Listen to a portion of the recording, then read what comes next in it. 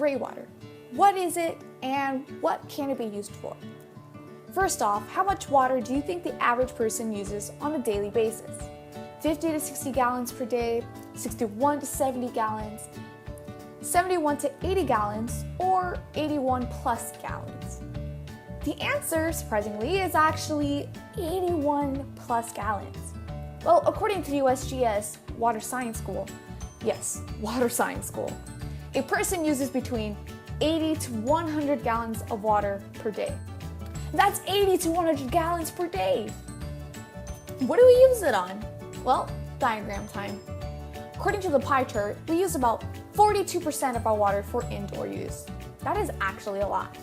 58% of it goes towards outdoor use or irrigation and other purposes. Toilets take up the most water, and it uses a lot of fresh, clean water. If a person uses about 80 gallons of water a day, that is about 8 gallons. Sorry, I didn't clarify what greywater was. Greywater is used water without toxic chemicals and or excrement. But greywater often includes dish soap, organic materials such as food and other things. Before using greywater though, it has to be treated so that it can be used. Using greywater instead of fresh water creates solutions. Before we get into that, we have to keep in mind that there are pros and cons of using greywater. For the pros, first off is that we can conserve water.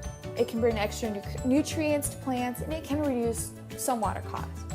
The cons, it can cause diseases or contamination.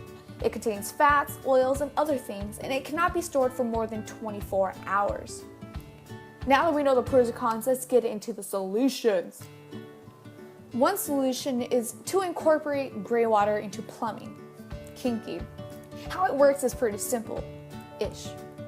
Water from washing your hands can be stored underneath the sink and can be directed into the toilet tank. From there, it can be used to flush. Another fancy variation is to put a washing machine on top.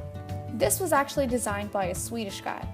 The reason for introducing this as a method for greywater use is because greywater has only been used once for a minor purpose. Instead of using new, clean water to flush and fill the sewer system with once cleaned water, we can use our greywater and save that fresh water for other purposes. This will drastically reduce our water use.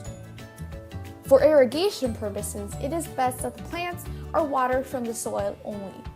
So many greywater irrigation designs were actually made so that there is subsurface irrigation happening. I actually experimented with greywater and my results were okay. Overall, the plants watered with greywater did not do as well as the tap, but it had potential. I gotta say, for my error analysis, I didn't really treat the greywater, so that's probably why the plants didn't do so well. In summary, greywater is something that we as people create on a daily basis.